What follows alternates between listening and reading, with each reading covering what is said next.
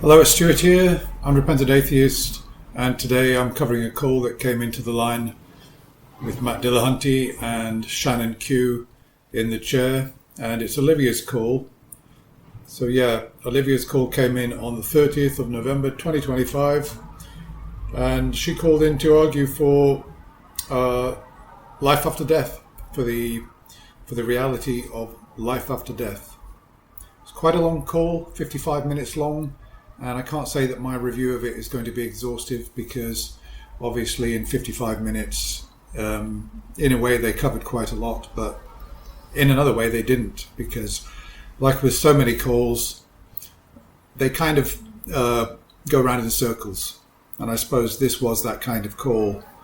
So the main thing is that when Olivia called in, it became established fairly early on that the reason that she believes in life after death is because it's comforting. Now, obviously, with somebody like Matt Dillahunty and many others who are on the atheist side or on the side of skepticism, and me as well, we don't tend to hold beliefs because they're comforting. We may have beliefs which are comforting, but that they're comforting will not be the first reason that we give for holding those beliefs. Yeah? So, I mean, for example, I find it comforting at the moment knowing that, for example, somebody that I know is in a safe location and is highly unlikely to be injured or anything like that. I find it quite comforting to believe that. Now, that belief is backed up by something, or rather the reason for that belief is that I happen to know where the person is and I've got good evidence for that, and that person is not in harm's way. Yeah, so I've got that comforting belief, but the reason I believe it is because I've got evidence for it. I've got primary evidence for that belief. And Olivia doesn't really seem to care too much. In fact, she admitted during the call, both to Matt and Shannon, that if it happens that her belief is not true, and she dies and she never finds out that, she was wrong, or obviously if there's no life after death, there'll be no consciousness to realize that she was wrong. And it won't matter.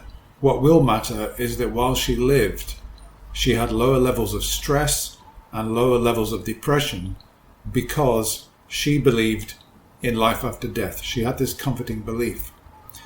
And she couldn't see how that would be a bad thing. Well, both Matt and Shannon put forward the view that this kind of belief, this kind of epistemological method is dangerous because it forms a schema in your mind which permeates all of your beliefs.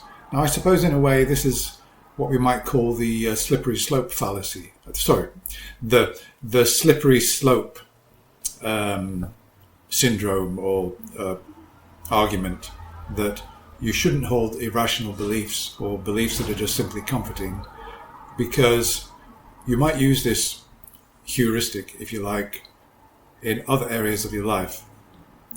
You might use it, for example, in the financial area of your life and find fairly quickly that you run out of money and you've got no money to look after yourself. I've heard this argument before, and I know a lot of Christians. They seem to be doing really well financially.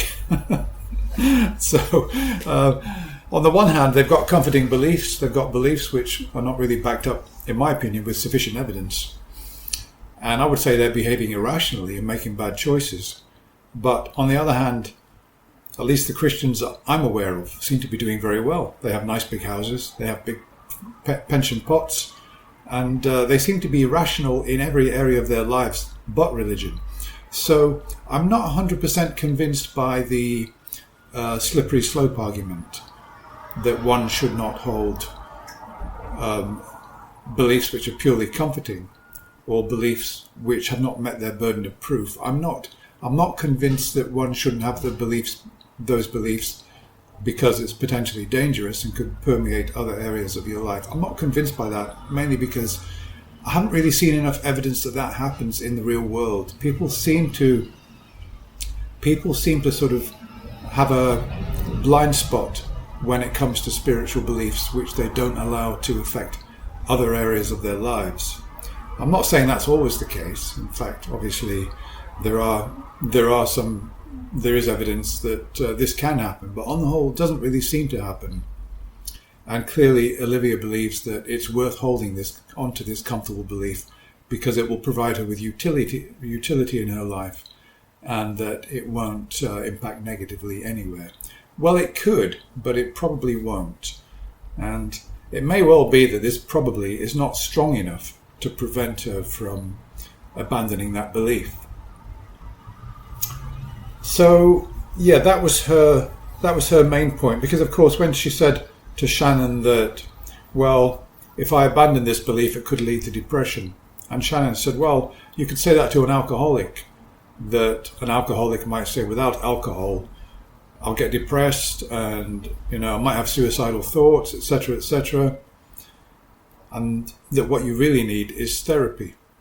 Well, I'm not really sure if that analogy is correct, because if we take alcohol, you're actively poisoning your body with every drop of alcohol that you drink. It will destroy your liver and kill you sooner or later if you drink enough of it.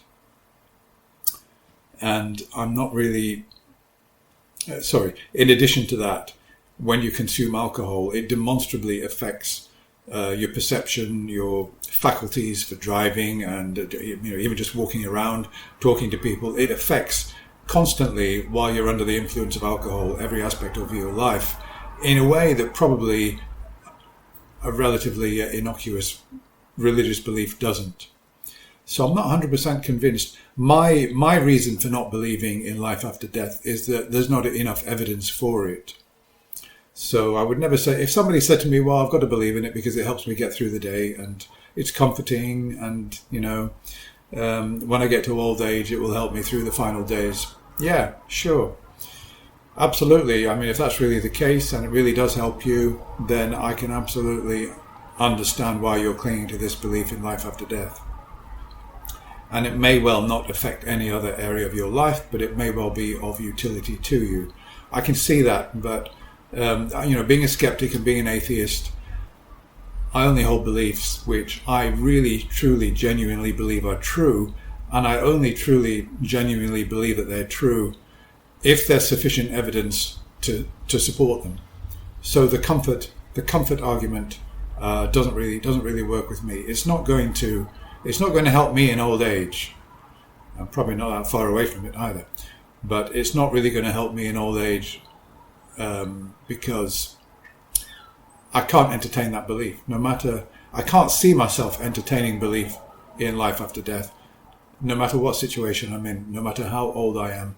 It just seems to me, from all the research I've done, all the evidence, everything that we know, as Matt has said, that the soul is incredibly unlikely because of the way we know that the brain works. You can have somebody who's got like a split brain, they have an accident, all of a sudden they've got like a split personality, or there are two personalities in one brain. One is an atheist, the other is a theist. I mean, that kind of indicates that there is no soul. Everything which we attribute to a soul, as Matt has said, I'm saying really what he's said, seems to be like a function of the brain, and we've got no reason to believe that any of these functions exist beyond physical death. So there we are. I'm just going to play you the end of the call, because it kind of went, there were no sort of bad tempers, and it sort of went quite reasonably up until the end. And I'm just going to play you a bit towards the end of the call. Here we go. Ray, You are sucking up news like a vacuum and just going, I'll just go with it until somebody shows me there's a problem. Well, everybody's not here to do your homework for you. Well, I'm sorry that I'm sorry about the turn that this call has really taken. It took a turn. This is. I'm not sure I tell you what,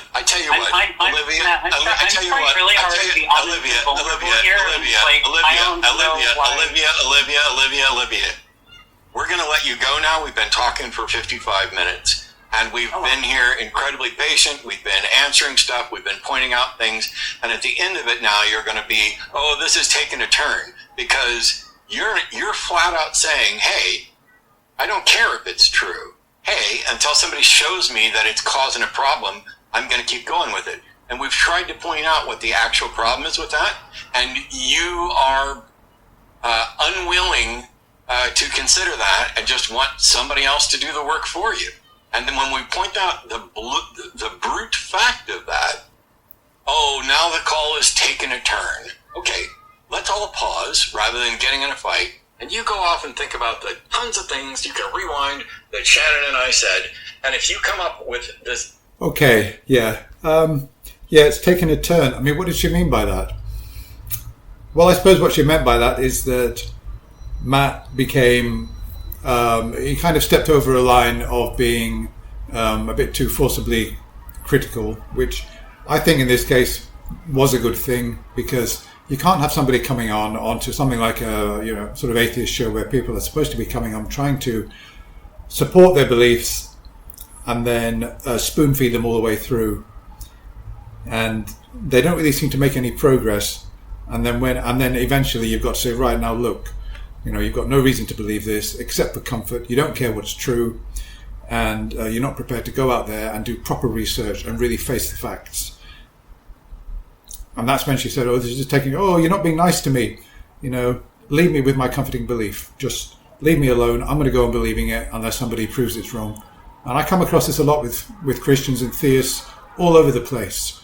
Yeah, I believe in God. Prove me wrong. Yeah, well, I'm afraid that's not how it works. Yeah, the Loch Ness Monster exists. Prove me wrong. No, that's not how it works. You need to provide positive evidence for your claim. And Olivia didn't. Okay, well, thanks a lot for watching. I'll put a link below in the description, straight to the call if you want to watch it. Bye for now.